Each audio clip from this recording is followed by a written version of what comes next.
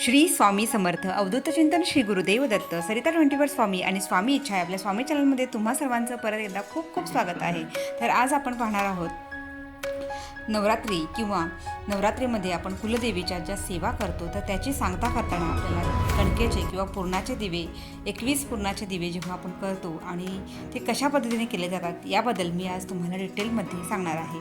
ते जेव्हा आपण नवरात्रीमध्ये अखंड दिवा लावतो किंवा उपवास करतो किंवा त्याचबरोबर जर आपल्या नवरात्रामध्ये आपण दुर्गा सप्तशतीचे पाठ केले असेल, कुलदेवीच्या सेवा केल्या असतील, जेवढ्या काही सेवा झाल्या आहेत त्याची सांगता करायची म्हणून आपण कुलदेवीला पुरणाचे दिवे 21 पुरणाचे दिवे करतो किंवा ज्यांना शक्य आहे त्यांनी वेगवेगळ्या प्रकारे करतात, पण शक्यतो 21 पुरणाचे दिवे करून आपण देवीची आरती करावी आणि तिला पुरणाने ओवाळावे. तर यासाठी तो कसा ते दिवे कसे बनवायचे याबद्दल मी तुम्हाला थोडक्यात व्हिडिओ दाखवत आहे.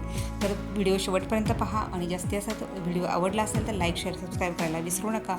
तर आज आहे नवमी. तर बरेच जण ही सांगता आपल्याला अष्टमीला किंवा नवमीला तुमची जशा सेवा झाल्या असतील त्याप्रमाणे तुम्ही करू शकता. तुम्ही संध्याकाळी केलेत तरी चालेल, दिवसभरात कधीही तुम्ही ही सेवा करू शकता, याला काहीही बंधन नाही.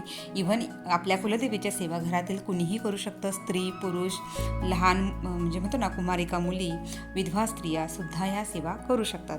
त्यासाठी कुठल्याही नियम किंवा अटींची गरज नाही, फक्त गरज असते ती शुद्ध भक्तिभावाची आणि श्रद्धेची. त्यासाठी आपण नवरात्रामध्ये, शारदीय नवरात्रामध्ये आपल्या कुलदेवीच्या आई अंबेच्या भरपूर सेवा करत असतो. कुंकुमार्चन असू दे किंवा दुर्गा सप्तशतीचे पठण असू दे, तर ह्या वेगवेगळ्या सेवा आपण रुजू करत असतो आणि म्हणून आपल्याला त्याची सांगता करणेसुद्धा खरंच म्हणजे तेवढेच गरजेचं आहे आणि ह्याची माहिती आपण आज घेऊया. पहा, पुरणाचे दिवे करताना आपण सर्वप्रथम तर आज मी तुम्हाला काही ग्लिम्सेस दाखवत आहे अष्टमीचे, जे अंबाबाई मंदिरामध्ये पालखी सोहळा होतो किंवा जी देवीची नगर प्रदक्षिणा होते तर तिथे रांगोळ्या काढून देवीचे स्वागत होते आणि अशा सुंदर सुंदर रांगोळ्या आणि कलाकारांनी या पूर्ण महाद्वार रोड असा हा सजलेला असतो आणि हे ते काही ते क्षणक्षेत्रे तुमच्याशी मी आज शेअर करत आहे.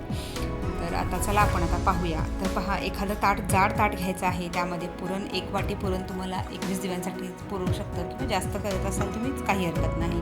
तर एखादं घरातून जाड ताट घ्यायचं आहे, त्यामध्ये हे पुरण थापायचं आहे आणि चंद्राकार ह्याच्यामध्ये हे त्या ताटामध्ये पुरण थापायचं आहे, जेणेकरून आपल्याला चंद्र त्यामध्ये त्या पुरणाचा बनवायचा आहे आणि तुम्हाला जसा लेअर हवा तसा तुम्ही बनवू शकता. जर जाडसर केला तर ते मी हे ताट फक्त तुम्हाला दाखवण्यासाठी छोटं घेतलेलं आहे, पण तुम्ही अजून थोडंसं मोठं घेतलं तरी चालेल, जेणेकरून तुमचे व्यवस्थित असे सुंदर असे दिवे तयार होतील. तर पहा, आपण ह्या ताटामध्ये पुरण पसरवत आहोत आणि ते चंद्राकार पसरवून घ्यायचं आहे. त्यानंतर आपल्याला तुम्ही शुद्ध गाईचं तूप असेल तर ते शुद्ध गाईचं तूप शक्यतो वापरावे. आता हे मी पुरण थापून घेतलेलं आहे आणि इथे चंद्राकार मी आकारही बनवलेला आहे तर ह्या ताटामध्ये, आणि त्यामध्ये नंतर आपण 21 आता गोल बनवत आहोत, जेणेकरून आपल्याला त्यात वाती लावता येतील. 21 वाती लावायच्या आहेत. तर ह्या वाती तुम्ही तुपामध्ये भिजवून ठेवल्या तर अतिउत्तम, जेणेकरून त्या सुंदर अशा पेटतात आणि आपली आरतीसुद्धा घेताना काही जास्त वेळ आपल्याला लागत नाही. तर शक्यतो ह्या आरती म्हणताना घरातील सर्व मंडळी एकत्र असतील तर ठीक, अदरवाईज तुम्हाला ही सेवा रुजू करायची असेल तर करू शकता. तर आपल्याला हे असे 21 गोल ह्या पुरणामध्ये करून घ्यायचे आहेत. त्यामध्ये तूप घालायचं आहे आणि त्या वातीसुद्धा घालायच्या आहेत आणि त्यानंतर आपल्याला कुलदेवीची आरती घ्यायची आहे, स्वामींची आरती म्हणायची आहे. तुमचं जे कुलदैवत असेल त्यांचीही आरती घेतली तरी चालेल.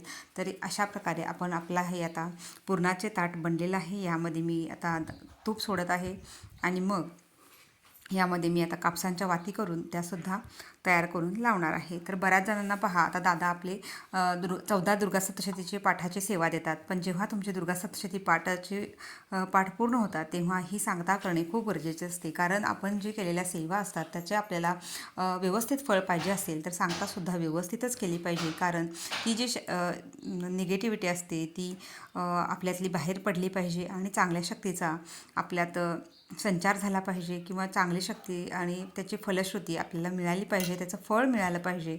म्हणून आपल्याला कुठल्याही सेवेची सांगता प्रॉपर करणं गरजेचं आहे, व्यवस्थितच करावी, समजून घ्यावी, दिलेले पद्धत जी आहे ती समजून घेऊन मग ह्या सेवा तुम्ही करू शकता. तर पहा आता हे 21 गोल बनलेले आहे. त्यामध्ये तूपही सोडलेलं आहे आणि मी त्यानंतर आपले ह्या कापसाच्या वाती सोडत आहे. त्यानंतर आपल्याला हे दीप प्रज्वलित करून घ्यायचं आहे आणि पहिल्यांदा सर्वात प्रथम दीप प्रज्वलित करताना आपण मधून करायचं आहे आणि त्यानंतर साईडनं लावायचं आहे, जेणेकरून आपल्याला हाताला भाजणं जाणार नाही आणि दिवे पण व्यवस्थित लागतील.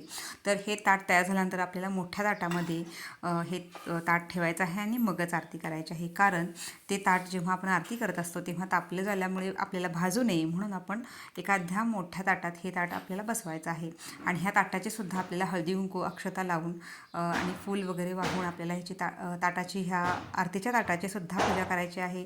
आणि मग त्यानंतर आपण कुलदेवीची आरती करायची आहे. तर पहा मी अशा पद्धतीने सुंदर अशी त्याची आरास केलेली आहे आणि मला भरपूर झेंडूची फुलंही मिळाली होती.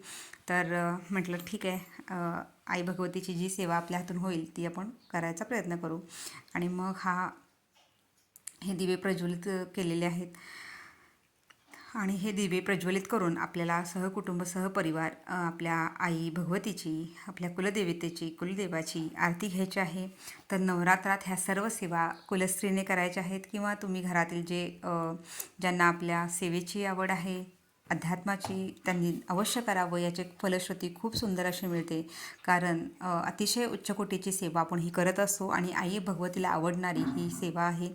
तर पहा आपल्या कुलाचार करणे. त्यानंतर ही आहे खंडेपूजन जे म्हणतात ते. आमच्याकडे जे काही आम्ही अवजारं वापरतो शेतामध्ये असतील किंवा घरामध्ये असेल तर ती सर्व अवजारे आम्ही इथे पूजन केलेलं आहे. आणि हे जे आपलं घोंगडं म्हणतात त्या घोंगड्यापासून बनवलेले हे जे वस्त्र आहे त्याच्यावर घोंगड्यावर आम्ही ही पूजा दरवेळी मांडतो.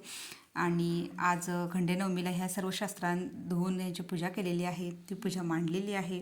रांगोळी काढून इथं मी लॅपटॉपसुद्धा माझा पुजलेला आहे. कारण ते सुद्धा हे आधुनिक काळातील शस्त्र आहे. त्यामुळे त्याच्यावर आपण दररोज काम करत असतो तर त्याचेही पूजन झाले पाहिजे. तर पूजन करून थोड्या वेळाने आपण हे घेऊ शकतो. पण बाकीचे शस्त्र आम्ही काहीच आज उचलत नाही. उद्या जेव्हा दसरा असतो तेव्हा सोने लुटून आल्यानंतरच आम्ही हे उचलतो. तर आजचा हा व्हिडिओ तुम्हाला कसा वाटला नक्कीच मला कमेंट्स करून सांगा. आणि व्हिडिओ आवडला असेल तर जास्तीत जास्त लाईक, शेअर आणि सबस्क्राईब करायला विसरू नका. आणि परत एकदा भेटू अशा सुंदर माहितींसह. तोपर्यंत सर्वांना श्री स्वामी समर्थ. ओम ऐं ह्रीं क्लीं चामुंडाय विच्चे.